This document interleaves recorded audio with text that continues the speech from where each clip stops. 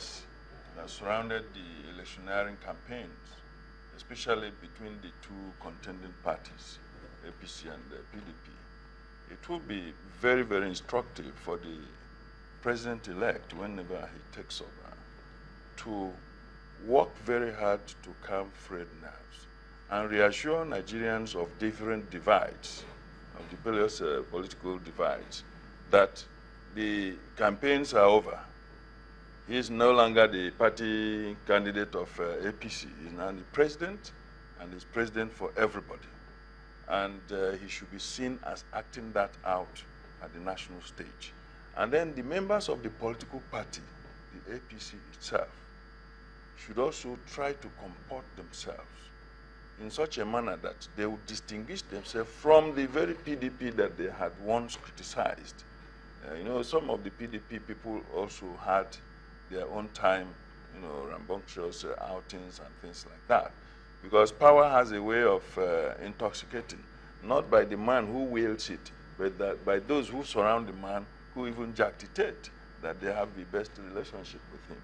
Just like it happens, the millionaire does not spend his money, but those who stay around him even boast that they are his father, his brother, cousin, and all that. So ultimately, that is at the psychological level he needs to operate before going to the level of assuring, because it will be too early within 3 months to begin to talk about who you caught him, because this is not a military government. Because otherwise, because there's expectation that as a military man, he might here and now interject that kind of tendencies. And that will make some of the people who ordinarily want to cooperate with him at the National Assembly to take position. And you know, anything when it concerns the, the welfare of some of these politicians, they don't take things lightly. So it's important that he should, first of all, calm frayed nerves, reassure everybody to come on board and build a new nation. And this is another opportunity beckoning. I believe that Obasanjo had that opportunity in 1999, but I don't think he had, he made a very good use of it. Oh, let's talk of the now, though. So I think another general now is on the saddle. It's an opportunity to prove that Nigerian generals are not, after all, distant from politics or being politicians and Democrats. All right, we'll take a breather. We'll be back after the break. Join us again.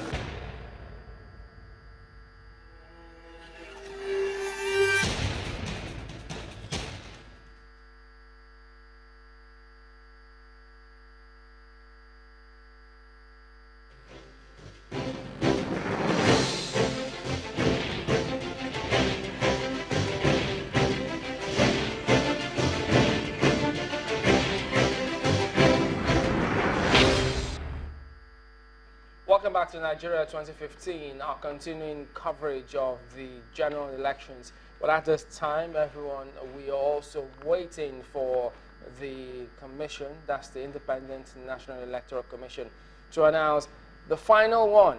That's from Borno State. Well, about now, they should have arrived the ICC, where they will then project those results, do all that they can, cross their I's and dot the T's. Dot the T's. Of course. Whichever way. So then that announcement, you heard Larry did tell us, yes, that announcement will come through today. So we're keeping tabs on that one for you. So let's take you through some of those figures that have already been announced now. And so you could also see the ones behind me. It should pop up on the big screen so we can all look at it. Right through from Abia State. PDP polling 368,303 votes to the APC's 13,394. And then you also do have, perhaps we should even just go through some of these states one after the other, so we'll just run them through and get our comments on this one. This was a zone where it was expected that the incumbent president was going to win eventually, and it turned out to be so. That's one of his base states where his strength lies. Landslide, as a matter of fact. Yes. Abia State. The only thing is that the turnout, given the number of registered voters and those who collected their PVCs, they actually had about 1.1 million. Yes. Those who collected their yes, registered like we voters. said, there is also a factor of the problem in Abia between ABGA and PDP. The ABGA of Abia did not play along with the ABGA of Anambra State. I believe there is a personal antagonism between the incumbent governor, Theodore Orji, and the candidate of ABGA. The way he was edged out, or the way he said he was edged out. So you think PDP. that affected this? Yes, result? and then the risk of, you see, when you ask your supporters to vote a candidate of another political party in another, for another office, like presidential office, then vote your own candidates for other offices. Because of the lower level of education among some of the voting population, they will not be able to discriminate between your own party and the other party.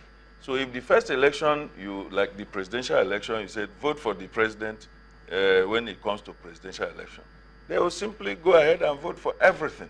So perhaps the Abga candidate did not want to run that risk. That's one of the factors. There's also perhaps a factor of this card reader and the factor of those who registered didn't come. We believe they collected their PVC, maybe didn't come down to get accredited. And those who got accredited may have had one reason or the other not to come back to vote. And there are a lot of factors. But like we said, INEC should be able to carry out a thorough research into this. The election has held, but it will help us. In other times, you can sit down in an environment and predict how the voting patterns will go.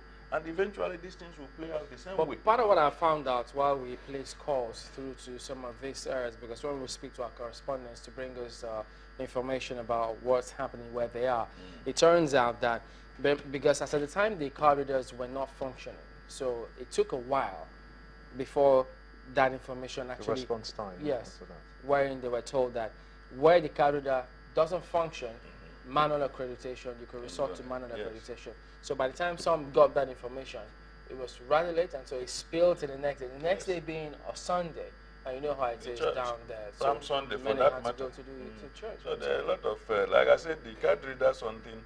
This election had a funnel effect, and in it there were a lot of factors like the card reader, the PVC, people who didn't collect and who wanted to vote, and those who collected but accredited did not come back to be.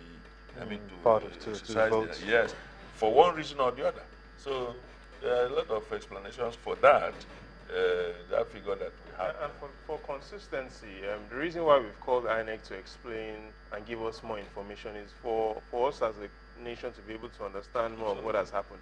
You have, for example, Rivers State that had all sort of issues during election day. Currently, Rivers State, based on the available information, now turns out to have the highest voter turnout it has a voter turnout of 75%, despite all these issues that were claimed to have occurred on Rivers State. Among all 36 states, the total voter turnout in Rivers State, measured by total valid votes compared to PVC collected, is the highest in the country. So we need to understand what exactly happened in Rivers State. I think Rivers State is another case study because you see, the outing there was highly rambunctious. The campaign of the PDP candidate, and then the factor of the DG of Buhari campaign, and not wanting to be outsmarted too, kind of propped up a lot of voters. And so it was a fight to balance the two camps.